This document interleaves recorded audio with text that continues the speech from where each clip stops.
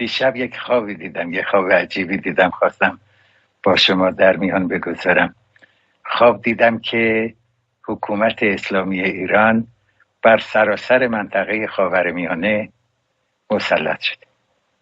هرچی گشتم اسرائیل رو ندیدم، نبود، اسرائیلی وجود نداشت. کل منطقه از لبنان تا حوثی های یمن، از سوریه تا عراق، بحرین، جاهای دیگه همه شده بود حکومت اسلامی ایران.